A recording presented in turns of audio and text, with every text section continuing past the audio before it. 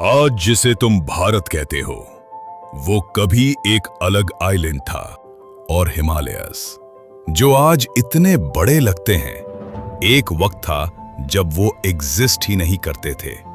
और जहां आज हिमालयस है, वहां बस गहरा समुद्र हुआ करता था 4.5 बिलियन साल पहले। अर्थ एक जलता हुआ गोला था, धीरे धीरे ठंडा हुआ और बने कॉन्टिनेंट्स। एक वक्त ऐसा भी था जब पूरी दुनिया की जमीन एक साथ जुड़ी हुई थी।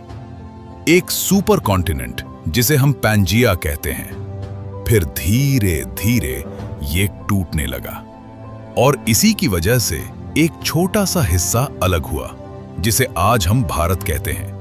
भारत पहले अफ्रीका के पास था, फिर ये एक आइलैंड बन गया और शुरू हुआ इसका सबसे इंटरेस्टिंग सफर।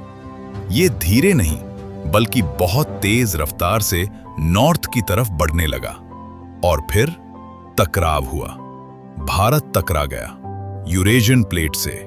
ये टकराव इतना जोरदार था कि जमीन टूटने के बजाय ऊपर उठने लगी।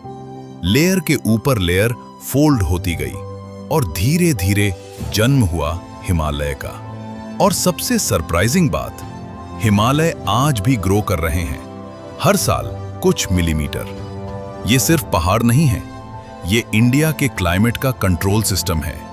मॉनसून क्लाउड्स समुंदर से उठकर आते हैं और हिमालय से टकरा कर ही बारिश बनाते हैं। इन्हीं पहाड़ों के ग्लेशियर से जन्म लेती हैं गंगा, यमुना, जो करोड़ लोगों की जिंदगी का बेस है।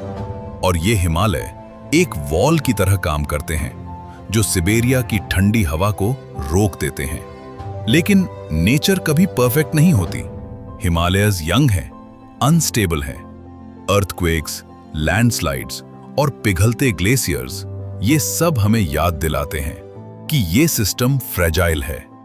अब एक सेकंड के लिए इमेजिन करो, अगर हिमालयस एग्जिस्ट ही न करते, मॉनसून क्लाउड्स बिना रुके आगे निकल जाते और भारत का ज्यादा हिस्सा सूखा रह जाता, नदियां खत्म हो जाती क्योंकि ग्लेशियर्स ही नहीं बचते, और साइबेरिया की ठंड सीधा भारत तक पहुंचती।